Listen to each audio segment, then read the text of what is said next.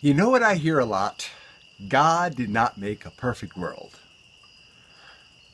And also, God did make a perfect world, but Adam and Eve messed it up.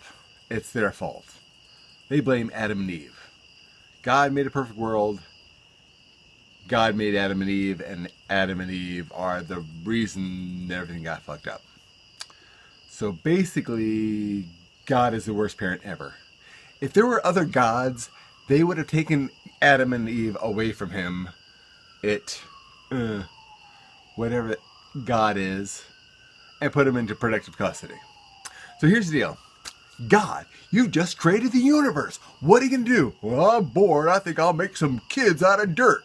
Okay, kids, here you go. And I've created this perfect paradise for you to live in, but don't touch that tree. I'm not going to tell you why not to touch the tree. Don't eat the fruit. I'm not going to tell you why. I'm not going to tell you anything. I'm just going to put you there and assume you know what the hell's going on, and don't touch that tree or the fruit that's on it. And the snake on there, just ignore the snake. So Adam and Eve go about their business. Snake says, hey, come over here. Eat the fruit on the tree. And they say, okay, we're kids. We don't know anything. We're just going to do because, right and wrong, we were created. Nobody told us nothing. We are uneducated. Redneck little kids. Eat the fruit.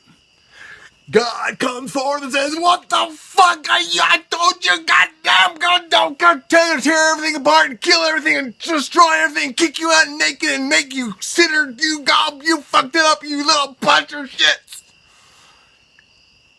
That was God's reaction. God made the perfect world and the perfect universe and made kids out of dirt and then said, you fucked it up, it's your fault. If you're a parent and you have kids and you don't teach them anything and they fuck up, it's your fault.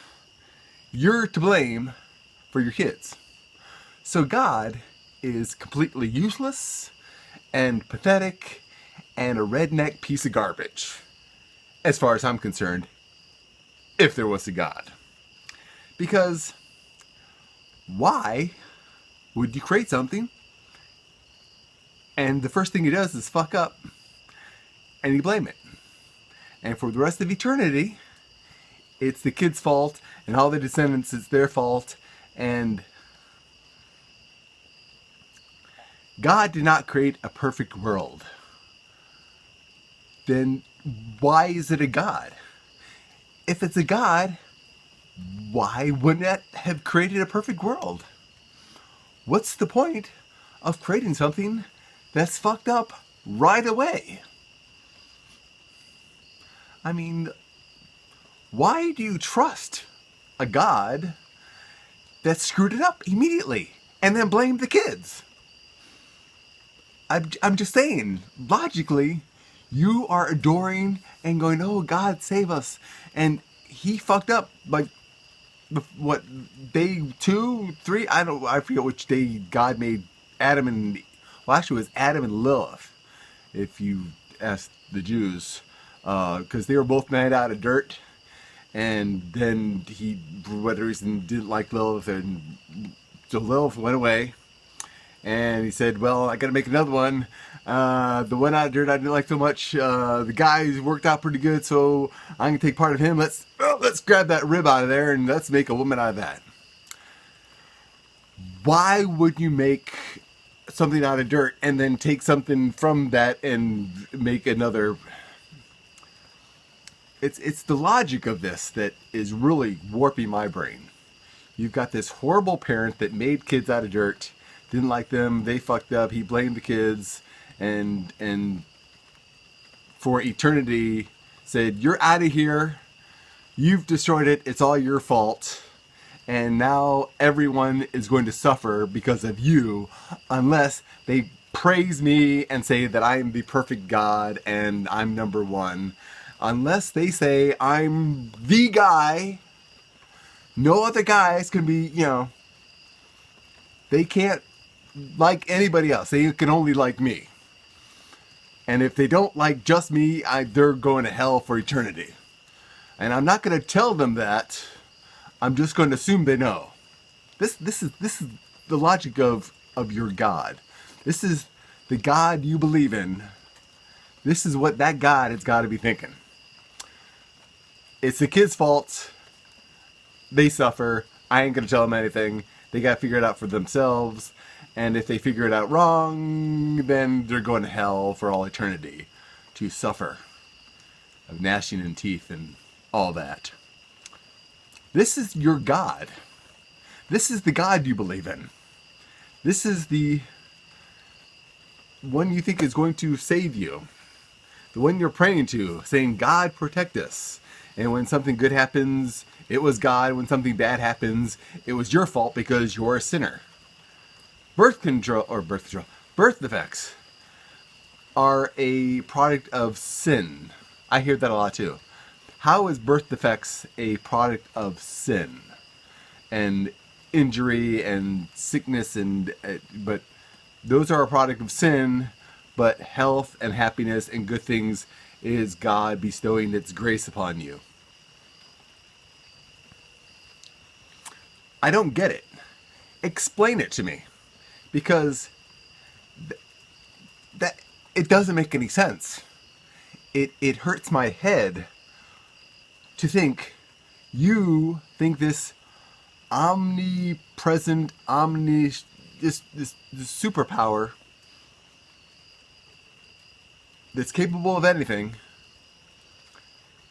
that fucked it up right away, and it's not the God's fault, it's the kid's fault, it's his creation's fault. And this is your perfect entity that you, and the same one that doesn't tell you anything, and if you don't do what it thinks you think it should be doing, it's going to make you suffer for eternity in hell. I'm speechless. Why do you believe this? Why would you want to believe this? I'm confused. I'm bewildered. I'm frustrated. I don't want to convert anybody. You can't convert somebody to atheism, for one.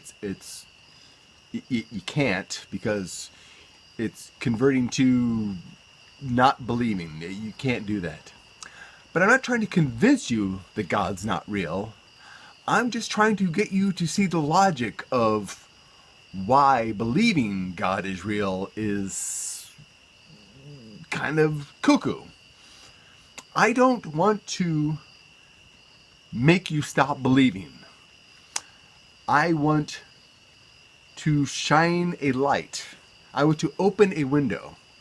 What religion is putting you in a dark room and giving you a picture and saying, this is reality, this is what you need to believe.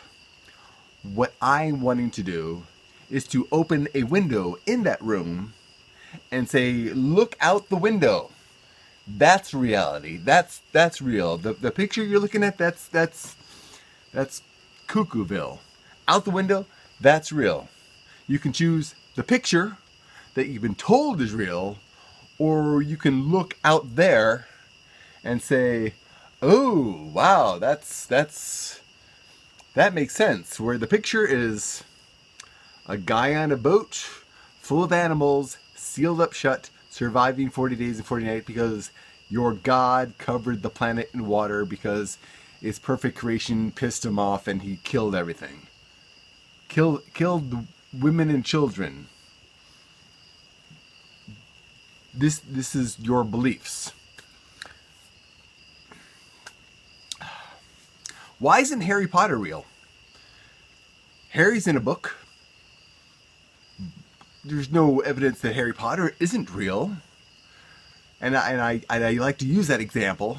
And people say, well, Magix is not real and Harry Potter was written as fiction, and but you can't prove it's not real.